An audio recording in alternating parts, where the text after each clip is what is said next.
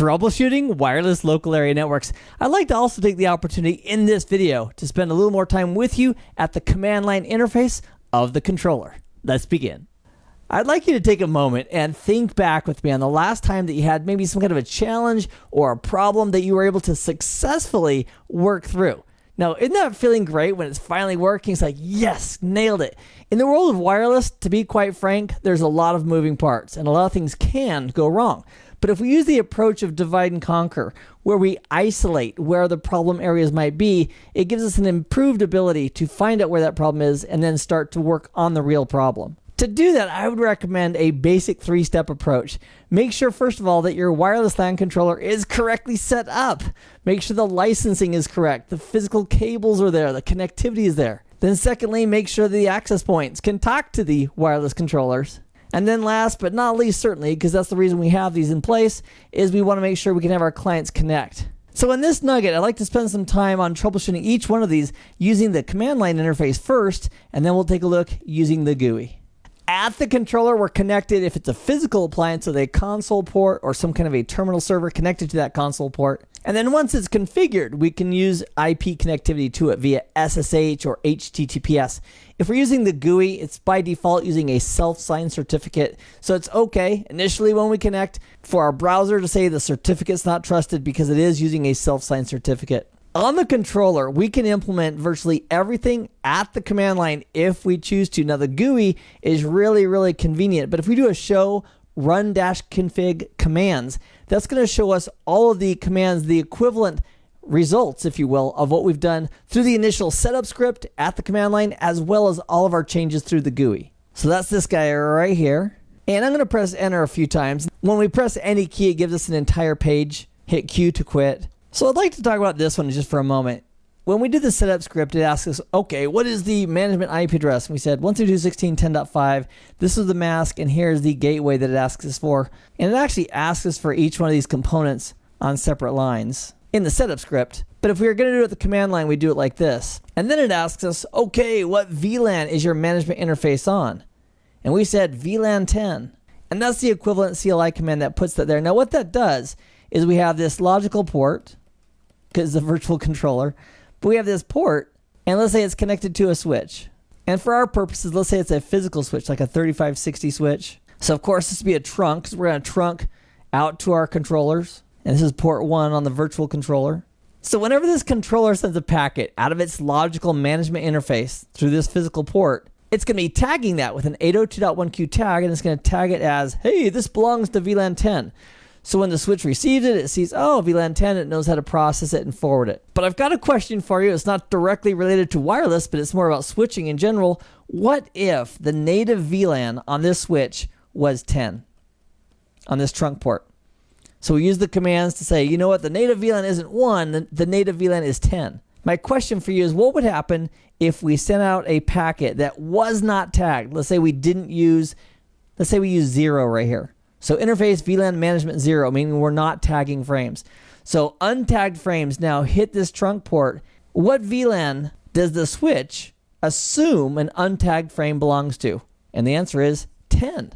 So just be aware that the normal switching rules apply. So if the switch was using a native VLAN of 5, for example, and we did no tagging, the switch, when it receives that on the trunk port, would go ahead and assume that the traffic that is untagged belongs to VLAN 5. Also on the controller, if we want to just validate our basic connectivity, we can ping from the controller. Maybe we want to ping your default gateway.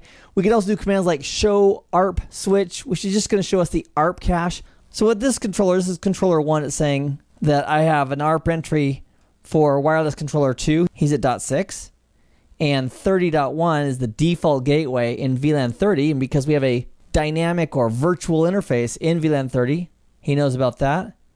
And he also knows about a device in VLAN 30. So if I recognize that MAC address right there. That's the iPhone that we've been testing with. So at the moment, he's currently connected. And so the controller knows about the layer 3 mapping to layer 2 mapping for that device as well. As part of our configuration together, we've configured wireless controller 1 and 2 in the same mobility domain. They have the same mobility group name. And at the command line, if you and I wanted to validate the connectivity for both the control plane as well as the data plane for that mobility group, we could do that with the eping and the mping commands. The next thing we can look at is if our controllers are solid, how about the access points? Are they connecting to us? And a great way to validate that is with a show AP summary right at the controller. So this says we have 2 access points. They are named access point 1 and 3, which makes us wonder, where's access point 2? We'll check on him in just a moment. It also has the Ethernet MAC addresses for each of those devices and the country. And that's important. For example, if I'm trying to troubleshoot why a device isn't coming on, is it set up for the right country code? For example, I'm looking at an access point, the back cover, and it has a -A in it, which indicates it's for the US. So there's different country codes and different letters for the different countries. And you want to make sure you're using equipment that's compatible in your part of the world. So besides the country code, a couple other things you just want to validate. You want to validate the license. For example, when we brought up this virtual wireless LAN controller initially, it supported 0 access points. And if you have a controller that supports 0 access points until it gets licensed, that would definitely be a problem. So I'd check the country code. I would check the licensing on the controller. Another thing we'd want to validate is the image on the access point and make sure it's compatible with the actual controller software that we're working with. That could be looked up online to validate that. And secondly, we'd want to make sure we have the right flavor. And because an access point, when it tries to do a join, so it does a discover, when it does a request to join, and the controller says, yeah, I'd love to have you join, the AP is going to go ahead and get the certificate from the wireless LAN controller. So when that wireless LAN controller sends over its certificate and the access point looks at that certificate, I've got a question for you. True or false? It would be good if the access point could validate the certificate. And the answer is yes, it'd be important to validate the certificate. And when the AP sends its certificate over to the wireless LAN controller, which is the second step, it would be also good if the wireless LAN controller could validate the certificate from the access point. Now, there's something called a MIC. Now, unfortunately, MIC, the actual acronym, is used multiple times. It could stand for Message Integrity Check, as it applies to data integrity and encryption, or it could also apply to the concept of certificates, meaning a manufacturer-installed certificate. Well, as you might guess, if we have a brand new access point and a brand new wireless controller, and we haven't yet installed any of our own certificates on those devices, the certificates they're going to have are going to be either self-signed or they're going to be built in based on the image of code that they're using. It boils down to this. If you're using a wireless LAN controller version X, you need to make sure that on the access point, you have to have, first of all, a W8 flavor of the image and at least a minimum version that will work with wireless LAN controller version X. And that you would look up in a compatibility table based on the version of software you're going to use on each platform. So what if we have an access point that won't cooperate? For example, I do not see access point 2 anywhere in the list. So if we do a show AP join stats summary all, that'll give us a nice overview regarding join requests of what's happening. And what this says is we've got access point 3 and 1, but we have an access point named access point 2, which isn't quite happy. We know he tried to do a join, but something didn't quite go right. And his IP address is 172.16.20.51. Now, what we'll also probably notice, if this access point has the incorrect code or what have you, periodically it'll try to rejoin. In fact, it'll periodically do a DHCP request, hoping to learn controller information again and then try to connect. So if we did the same command again, show AP join stats summary all, pressed enter. You notice here we have no address. I was hoping for an address that was 1 higher. Let's do that one more time. There we go. So now he's using 52. And he's desperately trying to figure out what the controller is and to join. He's just basically throwing the kitchen sink at it. So for this guy, what I would do is, if he has the wrong code on him, I'd place him in that VLAN, hold down the mode button for at least 15-20 seconds till the light goes red, let it go, and that could trigger him to download the software from the TFTP server I also put in that same VLAN. We also have some pretty cool debug commands that we can do on the controller. For example, if we do a debug space question mark, it'll give us the details regarding some of our debug options. And there's several pages worth. I'm going to hit Q to not go through all of them, but I would like to point out just a few of them with you. If I was trying to debug the CapWAP conversation that's happening or trying to happen between my access points and the controller we could do a debug of CapWAP right here. And that could give us a detailed look at the conversation of what's really happening with CapWAP. Now, once we have our access points that are working with us and we were troubleshooting clients, we could do, for example, debug of DHCP. And a debug of .11 is going to give us a whole bunch of information regarding things like probe requests, rogue access points, and other details regarding the 802.11 spec. Also, what happened is if we type in debug and press enter, we can now enter our debug commands without having to put the keyword debug in front of it. But I want you to see the full command. Let's do a debug of CapWAP events enable. Unlike iOS, we are going to add to most of the debugs the enable command at the end to actually turn it on. Now, the cool thing about this is that now we have visibility into the details of CapWAP events right here at the CLI as they occur. Another thing we can do right here from the controller regarding our access points is, let's say we wanted to downgrade some software on an access point. Now, we can do this all from the GUI as well, but from the command line, if we wanted to force an access point to go reach out, grab a TFTP image, and load it, all we would need to do is do a config and then specify the details. So it's going to ask for the TFTP server's IP address. It's going to ask for information about the name of the access point, about the exact file you want that client to go get. We press enter, and then the access point just goes out and follows those instructions. Another important thing to learn is how to turn off debugging on the controller, and that's done with the command debug disable-all. You also have the ability to turn off individual debugs if you want to as well. From the controller, if we want to see the clients who are successfully connected, we can do a show client summary to begin with, and that'll show us the layer 2 addresses and which access points those clients have connected to. So we have one client who's currently connected. That's the MAC address. He's connected to access point 1. And if we wanted to see the details for that client, we can just do a show client detail and then put in the MAC address of that client.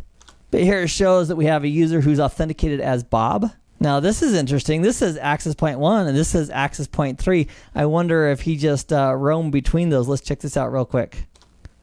Yeah, we caught him roaming between two different access points midstream. That wasn't intentional, but it was surprising, because if we scroll up just a little bit, when we did the summary a few moments earlier, it was on access point 1 at that moment. So regarding the details, if we hit space, it'll show us more details about that client. So a number of bytes received and sent, how many retries were involved with that client, number of packets sent.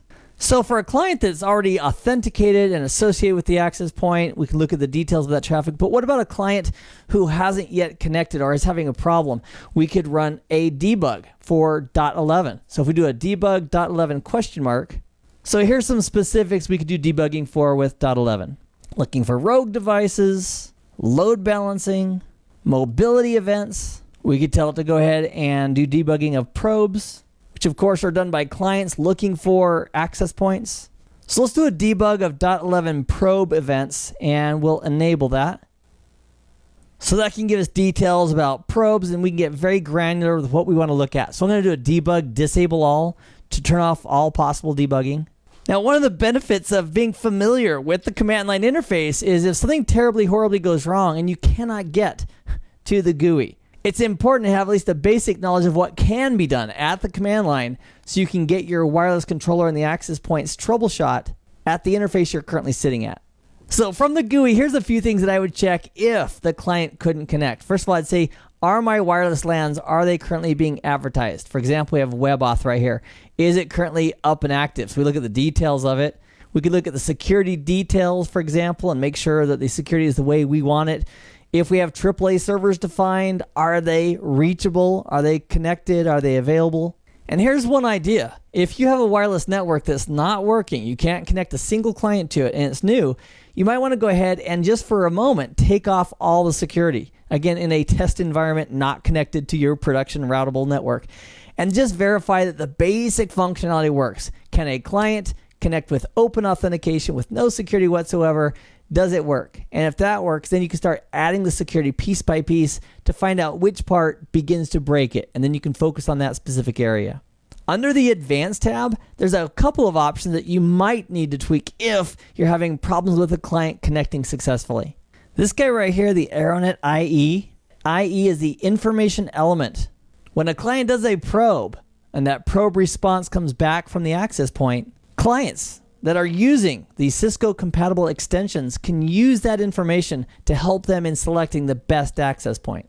However, if you have some clients that can't process or don't understand that, or that causes a problem, you might want to try disabling that and see if the clients can now connect. Another item that you might want to toy with in troubleshooting a client connecting, and again, this is after you've ruled out it's not your security settings, is the management frame protection. Now, the default on this controller is set to optional. But for example, if it was set to required and you have a client that doesn't support that, that would definitely cause the client not to work. And what MFP does, it helps validate management frames inside of 802.11. MFP adds a message integrity check to management frames. So now anytime that a rogue device is trying to copy, alter, or replay a frame, it's going to make that MIC, that extra value, invalid. And that can assist a client in not being spoofed or lied to by a rogue access point. So in an attempt of troubleshooting, that would be one of the things you could try. If it was set to required, try setting it to optional or disabled just to test, see if the client that's giving you trouble can now access the network. Another thing that might be stopping a client from getting into the network is previously somebody disabled that MAC address. For example, let's say you go up to monitor and you see a client who's currently connected and you think, you know what, this MAC address should never be connected to our network. What we could do is we could scroll all the way to the right, hover on the down arrow and select disable. Disable basically puts that MAC address on the naughty list. So if someone at some time disabled that MAC address from the wireless controller's perspective, if you want to allow that MAC address back on, you go to security, and here on the left, you go to disabled clients. So right here, we'd have a list of clients, 1, 2, 3, 4, etc., their MAC addresses. And for each one, there'd be that little down arrow. You could hover over that and select remove to remove that MAC address from the naughty list. And that would allow that MAC address to now go ahead and authenticate and associate, assuming everything else is working to allow that client to connect. Another detail that might cause some older clients not to be able to connect would be something called a preamble. I think of it like a little drum roll before the frame begins. If you want to turn off the short preamble feature, now to do that, we go under 802.11 BGN, this is down the 2.4 gigahertz range. Click on network to go to the global properties. And if we wanted to turn off the short preamble, so it's on by default, if the client, for whatever reason, is not working correctly with that, we could disable that feature, click apply, and then try that client again. Another item that might be causing a client not to connect is it can't agree with the access point on what it must be able to support as far as technology-wise or function-wise. So for the BG radios at the moment, it's saying the mandatory rates that the client has to support are these guys and this guy. So what we could do is we could say, you know what, let's make 1 megabit per second mandatory and we'll make all the others supported. And that way, if we're having an issue with a client that for whatever reason doesn't say it can support 5.5 megabits per second, that'll rule out that as a problem for why that client cannot associate with the access point. And again, of course, on the upper right hand corner, we click on apply to make sure those changes actually take effect. Another helpful option, and we've seen this a few times, is going back to monitor, working with a client that doesn't seem to want to connect, and go to clients. And if we look at the details of this client, we can scroll down and say, wow, look at this. We don't have any authentication for this user. Now maybe that's okay because it's open authentication. We're not asking for credentials. However, if we are asking for credentials, which we are based on this WAN profile that's allocated to the WebAuth SSID, let's go ahead and scroll down and take a look at what's going on with this client. The current state is WebAuth required, which implies that this user has been associated with the access point. It's now the controller that's stopping his traffic from being able to go through. The user hasn't put in his username and password in WebAuth to perform his layer 3 authentication. A couple other items I want to chat with you about regarding visibility of what's really happening is logging. So we have our controller that's actually sending information to a syslog server at some destination so we can collect and centrally look at what's really happening. I also hope this never happens to you, but if it does, if your system crashes, I also want to walk you through how to send a crash or how to get the crash log so you can forward that to TAC in the event they need to take a detailed look at exactly what happened. Most companies are going to have an active syslog server running all the time to collect the information. The trick is, how do we train our devices like routers, switches, wireless controllers to send that syslog information? On a wireless controller, what we're going to do is go up to Management, and then over to logs on the left-hand side, and simply click on configure. So if our syslog server is at 192.168.1.254, we put in the IP address, and then you and I get to identify what level of logging do we want to send over to that syslog destination. And unfortunately, these are organized alphabetically. So A is on the top and W is on the bottom, but order-wise, they go like this: 7, 6, 5, 4, 3, 2, 1, 0. A level 7 is debugging. A level 6 is informational. A level 5 is notification. 4 is warning. A 3 is an error. 2 is alert. 1 is critical. And a 0 is emergency. And the way it works is this: once we specify the level of what we want to send to our syslog destination, we get everything at that level and below. So in our example here, if we selected we want to send error level, which corresponds to a level 3, it's actually going to send levels 3, 2, 1, and 0 to the best of its ability over to a syslog server. For example, if the whole thing just went belly up and its last breath was and didn't even have enough oomph to send it out of an interface, that may not reach the syslog server. However, if it's able to forward packets, it will forward everything layer 3 and below. That's why doing a debug at level 7 is so severe, is because we're going to get level 7, 6, 5, 4 all the way through 0. If our controller crashes and we need to look at the actual dump file that it creates, to see that, we also here under management on the left hand side under tech support, we go down to controller crash. And if there was a dump file, it would be seen right here. And that may provide assistance to TAC or anybody else looking at that information to help troubleshoot why this controller all of a sudden went belly up. Access points also may have crash logs. To see those, they are uploaded automatically to the controller. So if there are any AP crash logs, under management, AP crash log, and it would show a listing of the available crash logs in this window. In this video, we've taken a look at using the command line interface and the GUI to help look into details of what might be causing a problem in our wireless local area network. I hope this has been informative for you, and I'd like to thank you for viewing.